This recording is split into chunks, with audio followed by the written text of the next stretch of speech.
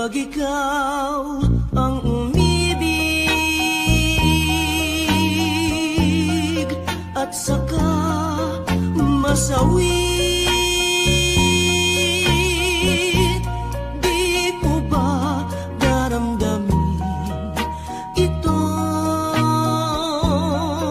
tulad ng pagdaramdam ko sa'yo? At kung ito ang siyang